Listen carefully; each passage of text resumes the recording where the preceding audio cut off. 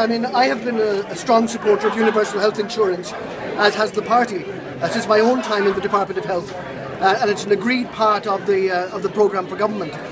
There has been an interaction at official level, as is the absolute norm in relation to costings, structures and so on, and that's an ongoing process. So I am surprised to see that early interaction at official level migrating itself into the national papers today. Do you think that this does actually threaten the financial stability of the country, as was quoted in the paper today? As I said, my department has a responsibility to look at the costings of every proposal. It's a part of a process. It's not a finished or polished issues. There'll be lots of dialogue at official level before it gets to a political level for a programme and a proposal that is as important to the government as this one is. And it is important. It is one of the bedrock issues that both parties are agreed upon. Are there growing tensions between you and Minister Reilly? Not at all. On a personal level, we get on extremely well.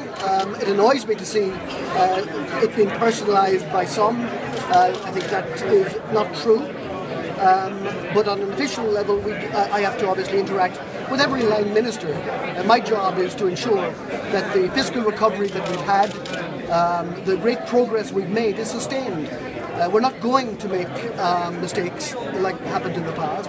We're going to carefully plot our way to full recovery, and the policy instruments that we have to have a new health service, developing primary health care, developing universal health insurance, providing the changes that Rory is bringing in education, they're all part of a new Ireland that this government will put in place now that we are on a more sustainable fiscal path.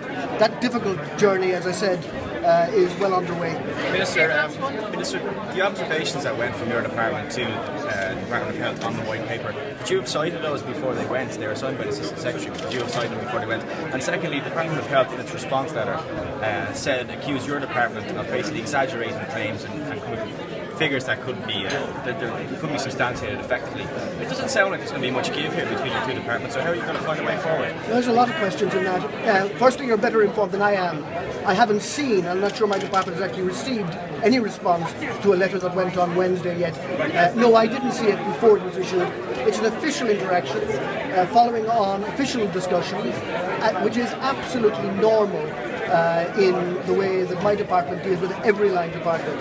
The only thing that's abnormal is that these matters from an official level would end up on the front page of national papers at this very early stage of interaction. Does the paper reflect your views, though? Does it reflect your views? Does the observation of your department reflect your view?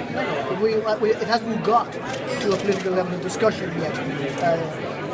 My department officials engage, they prepare grounding documents for me before we get to that stage. So, as I said, my surprise is that this early official interaction on a very important, critical policy strategy that both parties in government are fully committed to would wound up in the national papers or in the national media at this early stage. Okay.